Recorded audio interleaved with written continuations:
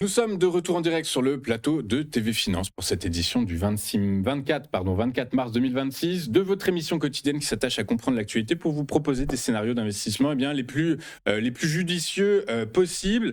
Il est l'heure désormais de retrouver James Toiti. Bonjour James. Bonjour à tous.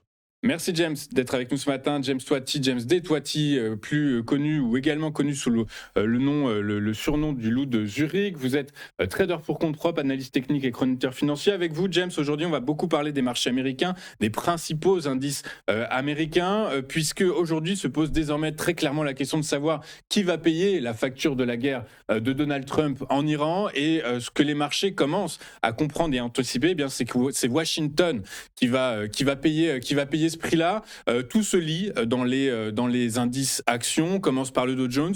Le Dow Jones qui est en chute libre. Est-ce que selon vous, comme vous le dites régulièrement, c'est l'occasion de rentrer en période de solde où, de toute façon, l'incertitude est tellement pesante qu'il est préférable plutôt de voir si les différents supports qui sont solides et à l'œuvre ne vont pas finalement céder encore? Ah oui, la question qu'il faut se poser en fait, c'est est-ce que justement l'indice américain peut encore corriger après un bull run justement dopé par l'intelligence artificielle? La question, c'est oui, parce que comme j'ai l'habitude de dire, le Dow Jones qui est en fait l'éléphant du marché, quand il commence à reculer de plusieurs pourcents sur le mois, il vaut mieux pas rester devant les défensives parce que ça peut vraiment corriger. Tant que le Dow euh, dévisse pendant que le Nasdaq, justement, lui, plutôt fait son show. Wall Street essaie d'expliquer justement en live la rotation sectorielle. Alors, en fait, le Dow Jones, qu'il faut comprendre, c'est que c'est le baromètre de l'économie réelle. On va aller sur le graphique.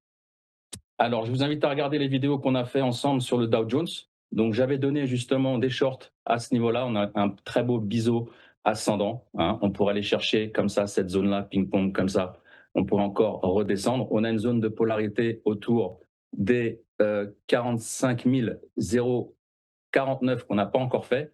Quand je suis arrivé sur votre plateau, je vais mettre en daily pour zoomer tout ça. Quand je suis arrivé sur votre plateau, à 2 reprises, je vous ai donné un short ici autour des 50 036 et je vous ai donné un short ici autour des 48 600. Donc le potentiel qu'il y avait à gagner en achat de put, comme je vous disais, c'était 4 700 points. C'est énorme. On est à moins 3,7% depuis le début de l'année. C'est pas énorme, c'est pas beaucoup, c'est pas ouf. On pourrait descendre et aller chercher les targets que je vous avais mis sur un des ici. C'était un des market movers. Voilà, on avait fait un market mover, si je vous le remets là. Voilà, on allait chercher donc les 48 700 que je vous avais donné, les 47 525, les 45 695. La prochaine zone, c'est les 43 300 et les 42 800. On peut rafraîchir tout ça avec Fibonacci, bien sûr, en prenant ici rapidement, et je termine là-dessus. Hop.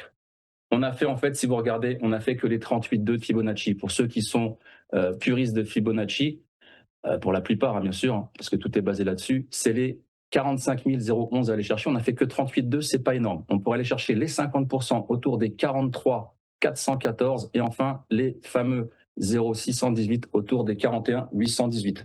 Voilà, c'est possible. Alors, qu'est-ce qu'on fait dans ces cas-là? Bien sûr, la stratégie, ça serait quoi?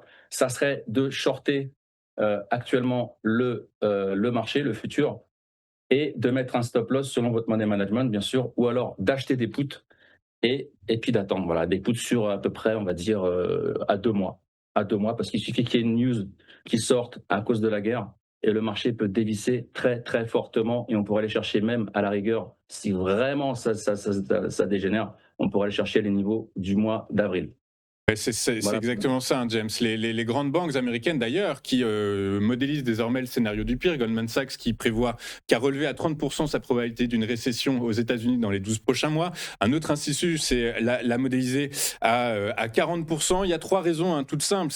La première, c'est la flambée des prix de l'énergie qui érode le pouvoir d'achat des Américains, le resserrement des conditions financières liées au conflit et l'essoufflement progressif de la réforme fiscale de Donald Trump, dont les effets de stimulation s'évaporent. Et c'est pas le seul point, puisque puisque finalement tout le monde est dans le flou. Il suffit de regarder, j'ai jamais vu ça. Regardez les prévisions des économistes et des analystes pour les prochaines baisses de taux de la Réserve fédérale américaine. Vous voyez, cette bande bleue, c'est le taux actuel, la fourchette de taux entre 3,5 et 3,75%. Les analystes, les économistes, personne n'a de visibilité sur les 12 prochaines réunions de la Réserve fédérale américaine.